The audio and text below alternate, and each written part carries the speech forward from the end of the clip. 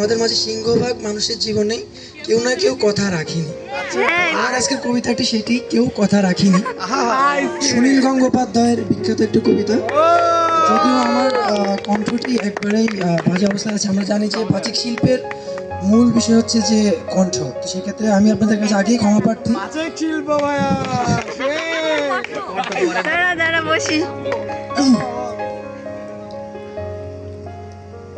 কেউ কথা রাখিনি, 33 বছর কাটল, কেউ কথা রাখিনি।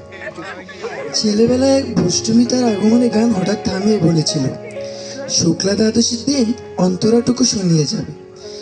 তারপর কত চন্দ্র ভূক অমাবস্যা চলে গেল, কিন্তু সেই বষ্টমী আর এলো না। 25 বছর প্রতীক্ষায় আছি। মামাবাড়ির মাঝি নাদের আলী বলেছিল, বড় হও দাদা ঠাকুর, তোমাকে আমি 3 প্রহরের বিল দেখাতে নিয়ে যাব। সেখানে পদ্ম ফুলের মাথায় সাপ আর ভ্রমর খেলা করে। নাদের আলী, আমি আর কত বড় হব? আমার মাথায় ঘরের ছাদ ফুঁড়ে আকাশ স্পর্শ করলে তারপর তুমি আমায় 3 প্রহরের বিল দেখাতে নিয়ে যাবে?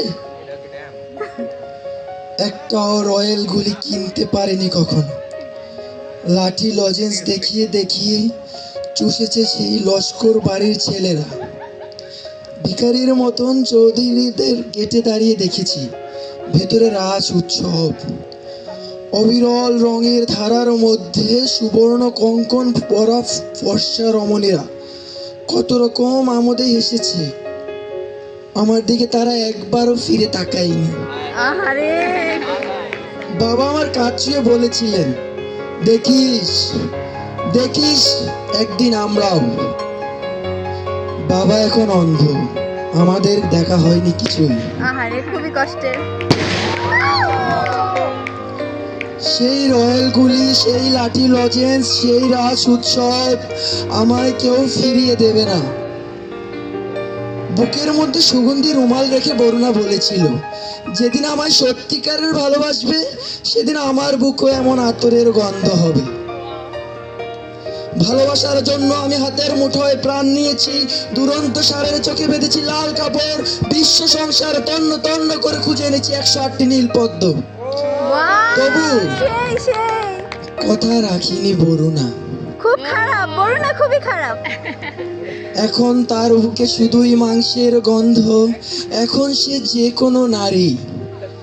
33 বছর কাটলো, কেউ কথা রাখিনি, কেউ কথা রাখে না। ধন্যবাদ সবাইকে। আমি আশা করছি সবার জীবন সঙ্গীরা কথা রাখবে।